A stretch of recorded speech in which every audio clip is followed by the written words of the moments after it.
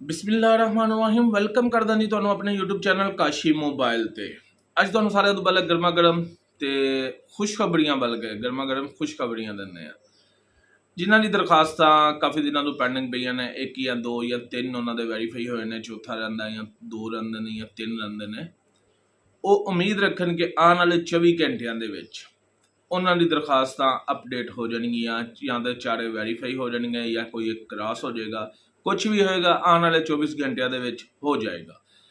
ਤੇ ਉਮੀਦ ਤੇ ਹੈ ਕਿ ਅੱਜ ਦੀ ਸ਼ਾਮ ਯਾਨੀ ਕਿ ਅੱਜ ਬਰੋਜ਼ ਜੁਮੇਰਾਤ ਦੀ ਸ਼ਾਮ ਹੀ ਹੋ ਜਾਏਗਾ, ਲੇਕਿਨ ਫਿਰ ਵੀ ਤੁਸੀਂ ਕੱਲ ਤੱਕ ਦੀ ਉਮੀਦ ਰੱਖੋ। ਅਗਰ ਕੋਈ ਅੱਜ ਨਹੀਂ ਹੁੰਦਾ ਕਿਸੇ ਟੈਕਨੀਕਲ ਇਸ਼ੂ ਤੋਂ ਤਾਂ ਕੱਲ ਤੱਕ ਲਾਜ਼ਮੀ ਹੋ ਜਾਏਗਾ, ਤਕਰੀਬਨ 90% ਚਾਂਸ। ਜਿਹੜਾ ਤੁਸੀਂ ਕਾਫੀ ਦਿਨਾਂ ਤੋਂ ਪਰੇਸ਼ਾਨ ਹੋ ਕਿ ਤੁਹਾਡੀ ਦਰਖਾਸਤਾਂ ਪੈਂਡਿੰਗ ਪਈਆਂ ਹੋਈਆਂ ਨੇ ਤੇ ਅਪਡੇਟ ਨਹੀਂ ਹੋ ਰਹੀ ਆ, ਉਹ ਤੇ 24 ਘੰਟਿਆਂ 'ਚ ਹੋ ਜਾਣਗੀਆਂ। ਲੇਕਿਨ ਤੁਹਾਡੀ ਪਰੇਸ਼ਾਨੀ ਜਿਹੜੇ ਤੁਸੀਂ ਸਬਰ ਕੀਤਾ ਉਹਦਾ ਫਲ ਵੀ ਮਿੱਠਾ ਤੁਹਾਨੂੰ ਮਿਲੇਗਾ। ਆਉਣ ਵਾਲੀ ਜਿੰਨੀਆਂ ਵੀ ਦਰਖਾਸਤਾਂ ਨੇ ਜਿਨ੍ਹਾਂ ਦੇ ਹੁਣ ਅਮਲ ਹੋ ਰਿਹਾ ਉਹਨਾਂ ਦੇ ਤਕਰੀਬਨ 10 ਲੱਖ ਰੁਪਈਆ ਮੁਕੰਮਲ ਅਮਾਊਂਟ ਹੀ ਪਾਸ ਹੋ ਰਹੀ ਹੈ। ਉਹਨਾਂ ਦੇ ਪਹਿਲੇ ਵਾਂਗੂ ਨਹੀਂ, ਜਿਵੇਂ 2 ਲੱਖ 3 ਲੱਖ 4 ਲੱਖ ਪਾਸ ਕੀਤਾ ਗਿਆ ਸੀ, ਇਸ ਦਫਾ ਪੂਰਾ 10 ਲੱਖ ਹੀ ਪਾਸ ਕੀਤਾ ਜਾ ਰਿਹਾ। ਕਿਉਂਕਿ ਮਰੀਮ ਨਵਾਜ਼ ਨੇ ਲਾਸਟ ਮੀਟਿੰਗ ਦੇ ਵਿੱਚ ਆਰਡਰ ਜਾਰੀ ਕੀਤਾ ਸੀ ਕਿ ਜਿਤਨੀ ਅਮਾਊਂਟ ਦੀ ਡਿਮਾਂਡ ਕੀਤੀ ਜਾ ਰਹੀ ਹੈ ਉਨੀ ਅਮਾਊਂਟ ਹੀ ਦਿੱਤੀ ਜਾਏ। ਕਾਫੀ ਸਾਰੇ ਲੋਕਾਂ ਨੇ ਕੰਪਲੇਨ ਕੀਤੀ ਹੋਈ ਹੈ ਕਿ ਸਾਨੂੰ ਅਮਾਊਂਟ ਘੱਟ ਮਿਲੀ ਹੈ, ਅਸੀਂ ਇਸ ਅਮਾਊਂਟ ਨਾਲ ਕੁਝ ਵੀ ਨਹੀਂ ਕਰ ਸਕਦੇ। ਇਸ ਵਜ੍ਹਾ ਤੋਂ ਹੁਣ ਜਿਹੜੀ ਦਰਖਾਸਤਾਂ ਦੇ ਅਮਲ ਹੋ ਰਿਹਾ ਉਹਨਾਂ ਨੂੰ ਤਕਰੀਬਨ ਅਮਾਊਂਟ ਪੂਰੀ 10 ਲੱਖ ਹੀ ਦਿੱਤੀ ਜਾਏ। ਚਲੋ ਤੁਹਾਨੂੰ ਇੱਕ ਹੋਰ ਖੁਸ਼ਖਬਰੀ ਵੀ ਦੇ ਦਿੰਦੇ ਆ ਨਾਲ। ਜਿਨ੍ਹਾਂ ਦੀ ਦਰਖਾਸਤਾਂ ਨੇ ਸਿਰਫ ਪੇਡ ਲਿਖ ਕੇ ਆ ਰਿਹਾ ਸੀ, ਅੰਡਰ ਪ੍ਰੋਸੈਸ ਵੀ ਥੱਲੋਂ ਖਤਮ ਹੋ ਗਿਆ ਸੀ ਔਰ ਕਾਫੀ ਟਾਈਮ ਤੋਂ ਇਹ ਇਸ਼ੂ ਆ ਰਿਹਾ ਸੀ, ਉਹ ਤਕਰੀਬਨ ਨਾ ਉਮੀਦ ਹੋ ਚੁੱਕੇ ਸੀ। ਲੇਕਿਨ ਹੁਣ ਉਹਨਾਂ ਦੀ ਵੀ ਉਮੀਦ ਜਾਗ ਗਈ ਹੈ।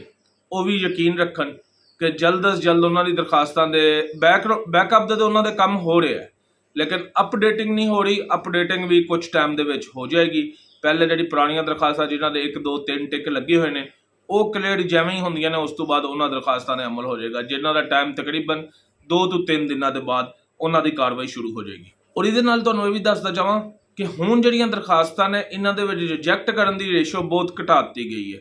ਜਿਵੇਂ ਪਹਿਲੇ ਰਿਜੈਕਟ ਕਰਨ ਦੀ ਰੇਸ਼ੋ ਬਹੁਤ ਜ਼ਿਆਦਾ ਹੋ ਗਈ ਸੀਗੀ ਕਿ ਛੋਟੇ ਛੋਟੇ ਪੁਆਇੰਟ ਤੋਂ ਵੀ ਰਿਜੈਕਟ ਕਰਤਾ ਜਾਂਦਾ ਸੀ, BOP ਤਕਰੀਬਨ ਰਿਜੈਕਟ ਹੀ ਕਰਨ ਦਿਆ ਸੀ। ਹੁਣ ਇਹ ਕੰਮ ਨਹੀਂ ਹੋਏਗਾ। ਹੁਣ ਕ੍ਰੈਡਿਟ ਹਿਸਟਰੀ ਦੇ ਵਿੱਚ ਕਾਫੀ ਹੱਦ ਤੱਕ ਨਰਮੀ ਕੀਤੀ ਗਈ ਹੈ। ਬਾਕੀ ਤੁਹਾਡਾ PMD ਐਕਸਾਈਜ਼ ਨਾਦਰਾ ਇਹ ਸਾਰਾ ਕੁਝ ਓਕੇ ਹੋਵੇ ਤੇ ਆ ਜਿਹੜਾ BOP ਹੈ ਇਹਨੂੰ ਵੀ ਆਸਾਨੀ ਨਾਲ ਓਕੇ ਕਰਤਾ ਜਾਏਗਾ। ਇਹਦੇ ਵਿੱਚ ਕ੍ਰੈਡਿਟ ਹਿਸਟਰੀ ਵਿੱਚ ਦੇਖਣ ਵਿੱਚ ਕਾਫੀ ਹੱਦ ਤੱਕ ਨਰਮੀ ਕੀਤੀ ਗਈ ਹੈ। ਇਹ ਨਹੀਂ ਹੋਏਗਾ ਕਿ ਤੁਸੀਂ ਇਨਕਮ ਘੱਟ ਲਿਖੀ ਹੈ ਤੇ ਜਾਂ ਤੁਹਾਡੀ ਕ੍ਰੈਡਿਟ ਹਿਸਟਰੀ ਬੈਂਕ ਦੇ ਵਿੱਚ ਨਹੀਂ ਹੈਗੀ ਇਸ ਲਈ ਤੁਹਾਨੂੰ ਰਿਜੈਕਟ ਕਰਤਾ ਜਾਵੇ। ਹੁਣ ਰਿਜੈਕਟ ਕਰਨ ਦੀ ਰੇਸ਼ੋ ਜਿਹੜੀ ਹੈ ਬਹੁਤ ਜ਼ਿਆਦਾ ਘਟਾ ਦਿੱਤੀ ਜਾਏਗੀ। ਇੱਕ ਹੋਰ ਖੁਸ਼ਖਬਰੀ ਤੁਹਾਨੂੰ ਦੱਸਦੇ ਹਾਂ, ਜਿਹੜੇ ਲੋਕ ਹੁਣ ਤੱਕ ਅਪਲਾਈ ਨਹੀਂ ਸੀ ਕਰ ਸਕੇ ਉਹਨਾਂ ਲਈ ਉਮੀਦ ਦੀ ਥੋੜੀ ਜਿਹੀ ਉਮੀਦ ਜਾਗੀ ਹੈ। ਹੋ ਸਕਦਾ ਹੈ ਕੁਝ ਦਿਨਾਂ ਦੇ ਵਿੱਚ ਅਪਲਾਈ ਹੋਣਾ ਦੁਬਾਰਾ ਸ਼ੁਰੂ ਹੋ ਜਾਏ, ਜਿਹੜਾ ਪਹਿਲੇ ਬੰਦ ਹੋ ਚੁੱਕਿਆ ਉਹ ਦੁਬਾਰਾ ਸ਼ੁਰੂ ਹੋ ਜਾਏ। ਇਹ ਗੱਲ ਕੁਝ ਖਾਸ ਜ਼ਰਾਏ ਤੋਂ ਸਾਹਮਣੇ ਆਈ ਹੈ, ਲੇਕਿਨ 100% ਕਨਫਰਮ ਨਹੀਂ ਹੈ, ਲੇਕਿਨ ਉਮੀਦ ਹੈ ਕਿ ਦੁਬਾਰਾ ਅਪਲਾਈ ਹੋਣਾ ਸ਼ੁਰੂ ਹੋ ਜਾਏਗਾ। ਹੁਣ ਤੁਹਾਨੂੰ ਇੱਕ ਐਸੀ ਗੱਲ ਦੱਸਦੇ ਹਾਂ ਜਿਹੜਾ ਤਕਰੀਬਨ ਹਰ ਤੀਸਰਾ ਬੰਦਾ ਇਹ ਸਵਾਲ ਬਾਰ-ਬਾਰ ਕਰ ਰਿਹਾ। ਐਪਲੀਕੇਸ਼ਨ ਐਡਿਟ ਹੋ ਰਹੀ ਹੈ ਕਿ ਅਸੀਂ ਉਹਦੇ ਤੇ ਅਪਡੇਟ ਕਰ ਦਈਏ ਨਵਾਂ ਡਾਟਾ, ਉਹ ਸੇਵ ਵੀ ਹੋ ਰਿਹਾ ਹੈ, ਐਵੇਂ ਹੋ ਰਿਹਾ ਹੈ, ਲੇਕਿਨ ਇਹ ਨਹੀਂ ਦੇਖਦੇ ਕਿ ਜਦੋਂ ਸੇਵ ਹੋ ਰਿਹਾ ਐਂਡ ਤੇ ਜਾ ਕੇ ਸਬਮਿਟ ਹੁੰਦਾ, ਸਬਮਿਟ ਨਹੀਂ ਹੁੰਦਾ ਉਹ ਐਂਡ ਤੇ ਜਾ ਕੇ। ਐਡਿਟ ਕਰਨ ਦਾ ਫਾਇਦਾ ਉਹਨੂੰ ਆ ਜਿਹਦੇ ਪਹਿਲੇ ਪੇਜ ਦੇ ਉੱਪਰ ਜਿੱਥੇ ਪੇਡ ਦਾ ਸਟੇਟਸ ਆਉਂਦਾ ਹੈ ਉਹਦੇ ਨਾਲ ਇੱਕ ਸਬਮਿਟ ਦੀ ਆਪਸ਼ਨ, ਰੀਸਬਮਿਟ ਦੀ ਆਪਸ਼ਨ ਆਈ ਹੋਈ ਹੈ। ਅਗਰ ਤਾਂ ਤੁਹਾਡੀ ਉਹ ਰੀਸਬਮਿਟ ਦੀ ਆਪਸ਼ਨ ਆਈ ਹੋਈ ਹੈ ਫਿਰ ਤੁਸੀਂ ਉਹਨੂੰ ਆਪਣੇ ਪੇਜ ਨੂੰ ਐਡਿਟ ਕਰ ਲਓ, ਐਡਿਟ ਕਰਕੇ ਉਹਨੂੰ ਰੀਸਬਮਿਟ ਕਰ ਦਿਓ ਤੇ ਦੇਖੋ ਉਹਦੇ ਵਰਕ ਹੁੰਦਾ ਜਾਂ ਨਹੀਂ ਹੁੰਦਾ। ਲੇਕਿਨ ਹੁਣ ਤੱਕ ਜਿਹੜੀ ਗੱਲ ਸਾਹਮਣੇ ਆਈ ਹੈ, ਐਡਿਟ ਦੀ ਆਪਸ਼ਨ ਤਕਰੀਬਨ ਉਹਨਾਂ ਪੇਜਾਂ ਦੇ ਆਈ ਹੈ ਜਿਹੜੇ ਕਾਫੀ ਟਾਈਮ ਤੋਂ ਐਪਲੀਕੇਸ਼ਨਾਂ ਪੈਂਡਿੰਗ ਪਈਆਂ ਹੋਈਆਂ ਸੀ, ਉਹ ਐਡਿਟ ਹੋਣੀਆਂ ਨੇ।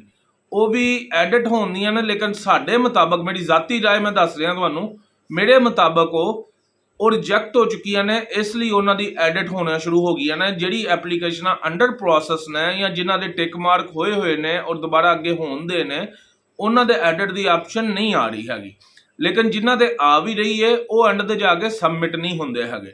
ਸਬਮਿਟ ਹੋ ਜਾਣ ਤੇ ਫਿਰ ਉਹਦੇ ਤੇ ਪ੍ਰੋਸੈਸ ਸ਼ੁਰੂ ਹੋਏਗਾ, ਅਦਰਵਾਈਜ਼ ਉਹਦੇ ਤੇ ਪ੍ਰੋਸੈਸ ਨਹੀਂ ਸ਼ੁਰੂ ਹੋਏਗਾ। ਕੁਝ ਕੋਡਿੰਗ ਦੇ ਜ਼ਰੀਏ ਵੀ, ਵੈਬਸਾਈਟ ਕੋਡਿੰਗ ਜਿਹੜੇ ਜਾਣਦੇ ਨੇ ਉਸ ਦੇ ਜ਼ਰੀਏ ਵੀ ਉਹ ਡਾਟਾ ਚੇਂਜ ਕਰ ਲੈਂਦੇ ਨੇ, ਲੇਕਿਨ ਮੇਰੇ ਖਿਆਲ ਦੇ ਮੁਤਾਬਕ ਉਹਦਾ ਵੀ ਫਾਇਦਾ ਨਹੀਂ ਹੈ। ਉਸ ਦਰਖਾਸਤ ਦੇ ਵੀ ਅਮਲ ਨਹੀਂ ਹੋਏਗਾ ਜਿਹਨੂੰ ਕੋਡਿੰਗ ਦੇ ਜ਼ਰੀਏ ਉਹਦਾ ਡਾਟਾ ਨੂੰ ਚੇਂਜ ਕੀਤਾ ਗਿਆ ਹੋਏਗਾ। ਅੱਛਾ, ਇੱਕ ਦੋਸਤ ਦਾ ਸਵਾਲ ਸੀ ਕਿ ਸਿਮ ਵਾਲੀ ਆਪਸ਼ਨ ਜਿਹੜੀ ਹੈ, ਸਿਮ ਵਾਲਾ ਟਿਕ ਮੇਰਾ ਕ੍ਰਾਸ ਹੋ ਗਿਆ ਸੀ ਤੇ ਮੈਂ ਉਹ ਸਿਮ ਆਪਣੇ ਨਾਮ ਕਰਵਾ ਲਈ ਹੈ। ਹੁਣ ਮੇਰੀ ਉਹ ਸਿਮ ਦੇ ਕਿੰਨੇ ਦਿਨਾਂ ਤੱਕ टिक हो जाएगा, मेरी सिम किन्ने दिनों तक ठीक हो जाएगी। वैसे मैं इस वीडियो सवाल नहीं लै, ਇਹ ਵੀਡੀਓ ਮੈਂ ਛੋਟੀ ਜੀ ਬਣਾਉਣਾ ਚਾਹੁੰਦਾ ਸੀ ਤਾਂ ਕਿ ਤੁਸੀਂ ਇਸ ਵੀਡੀਓ ਨੂੰ ਮੁਕੰਮਲ ਦੇਖੋ, ਕਿਉਂਕਿ ਤੁਸੀਂ ਵੀਡੀਓ ਨੂੰ ਮੁਕੰਮਲ ਨਹੀਂ ਦੇਖਦੇ, ਤੁਸੀਂ ਬਲਕਿ ਥੋੜੀ ਜਿਹੀ ਵੀਡੀਓ ਦੇਖ ਕੇ WhatsApp ਦੇ ਉੱਤੇ ਦਿਨ ਮੈਸੇਜ ਕਰਨਾ ਸ਼ੁਰੂ ਹੋ ਜਾਂਦੇ ਹੋ ਔਰ ਉਹ ਬੰਦੇ ਨੂੰ ਜਵਾਬ ਦੇਣਾ ਜ਼ਰਾ ਮੁਸ਼ਕਲ ਹੋ ਜਾਂਦਾ ਹੈ। ਲੇਕਿਨ ਮੈਂ ਕੋਸ਼ਿਸ਼ ਕਰਕੇ ਜਵਾਬ ਦਿੰਦਾ ਤੇ ਸਹੀ ਹਾਂ, ਲੇਕਿਨ ਮੈਂ ਅਗਲੀ ਵੀਡੀਓ ਬਣਾਵਾਂਗਾ ਉਹਦੇ ਵਿੱਚ ਪਿਛਲੀਆਂ ਇਸ ਵੀਡੀਓ ਦੀ ਤੇ ਪਿਛਲੀਆਂ 2 ਵੀਡੀਓ ਯਾਨੀ ਕਿ ਟੋਟਲ 3 ਵੀਡੀਓ ਦੇ ਸਾਰੇ ਕਮੈਂਟਸ ਲਾਂਗਾ, ਉਹਦੇ ਹਰ ਕਮੈਂਟਸ ਦਾ ਜਵਾਬ ਦਿਆਂਗਾ। ਲੇਕਿਨ ਇਹ ਛੋਟਾ ਜਿਹਾ ਸਵਾਲ ਸੀਗਾ, ਉਹਨਾਂ ਦਾ WhatsApp ਤੇ ਆਇਆ ਸੀ, ਮੈਂ ਉਹਨਾਂ ਨੂੰ ਕਿਹਾ ਸੀ ਵੀਡੀਓ ਜਵਾਬ ਦੇ ਦਿਆਂਗਾ ਤੇ ਉਹਨਾਂ ਨੇ 2 ਟਿਕ ਉਹਨਾਂ ਦੇ ਹੋਏ ਸੀ, ਉਹ ਦੂਸਰਾ ਸੋਰੀ ਕ੍ਰਾਸ ਹੋ ਗਿਆ ਸੀ ਸਿਮ ਦੇ, ਉਹਨਾਂ ਨੇ ਆਪਣੀ ਸਿਮ ਆਪਣੇ ਨਾਮ ਕਰਵਾ ਲਈ ਹੈ ਤੇ ਉਹ ਉਮੀਦ ਰੱਖਣ ਜਲਦੀ ਉਹਨਾਂ ਦੀ ਅਪਡੇਟ ਆ ਜਾਏਗੀ। ਲੇਕਿਨ ਇਹ ਸਿਮ ਨਾਮ ਕਰਵਾਉਣ ਦੇ ਟਾਈਮ ਦੇ ਉੱਤੇ ਵੀ ਡਿਪੈਂਡ ਕਰਦਾ ਹੈ ਕਿ ਜਦੋਂ ਤੁਹਾਡਾ ਸਿਮ ਦਾ ਕ੍ਰਾਸ ਆਇਆ ਸੀ ਤੁਸੀਂ ਕਿੰਨੇ ਦਿਨਾਂ ਬਾਅਦ ਸਿਮ ਆਪਣੇ ਨਾਮ ਕਰਵਾਈ ਸੀ। ਅਗਰ 2 ਤੋਂ 3 ਦਿਨਾਂ ਸਿਮ ਆਪਣੇ ਨਾਮ ਕਰਵਾ ਲਈ ਸੀ ਤੇ ਅਗਲੇ 1-2 ਦਿਨ ਤੁਹਾਡੀ ਸਿਮ ਦੇ ਕ੍ਰਾਸ ਖਤਮ ਹੋ ਜਾਣਾ ਚਾਹੀਦਾ ਸੀ। ਅਗਰ ਤੁਸੀਂ ਜ਼ਿਆਦਾ ਟਾਈਮ ਬਾਅਦ ਕਰਾਇਆ ਤੇ ਸਿਮ ਦਾ ਕ੍ਰਾਸ ਨਹੀਂ ਖਤਮ ਹੋਇਆ ਤੇ ਇਹਦਾ ਮਤਲਬ ਆ ਫਿਰ ਤੁਹਾਡੀ ਜਿਹੜੀ ਐਪਲੀਕੇਸ਼ਨ ਆ ਉਹ ਸਾਈਡ ਤੇ ਉਹਨਾਂ ਨੇ ਕਰਤੀ ਹੈ ਔਰ ਹੁਣ ਦੁਬਾਰਾ ਵਰਕ ਨਹੀਂ ਹੋ ਰਿਹਾ। ਅਗਰ ਤੁਹਾਡੀ ਕਿਸੇ ਦੀ ਐਪਲੀਕੇਸ਼ਨਾਂ ਦੇ ਉਵੇਂ ਹੀ 2 ਟਿਕ ਹੋਏ ਨੇ, ਤੀਸਰਾ ਆਣਾ, ਚੌਥਾ ਆਣਾ ਅਜੇ, ਤੇ ਉਹ ਅੱਜ ਔਰ ਕੱਲ੍ਹ 'ਚ ਉਮੀਦ ਰੱਖਣ ਅੱਜ ਸ਼ਾਮ ਤੱਕ ਜਾਂ ਕੱਲ੍ਹ ਸ਼ਾਮ ਤੱਕ ਤੇ ਇਨਸ਼ਾਅੱਲਾ ਉਹਦੇ ਟਿਕ ਆ ਜਾਣਗੇ। ਇਜਾਜ਼ਤ ਚਾਹੁੰਦਾ, ਵੀਡੀਓ ਪਸੰਦ ਆਏ ਤੇ ਚੈਨਲ ਨੂੰ ਸਬਸਕ੍ਰਾਈਬ ਤੇ ਵੀਡੀਓ ਨੂੰ ਲਾਈਕ ਜ਼ਰੂਰ ਕਰਿਓ। ਆਪਣੀ ਦੁਆਵਾਂ ਵਿੱਚ ਯਾਦ ਰੱਖਿਓ। ਅੱਲਾਹ ਹਾਫਿਜ਼, ਫੀ ਅਮਾਨ ਅੱਲਾਹ, ਪਾਕਿਸਤਾਨ ਜ਼ਿੰਦਾਬਾਦ।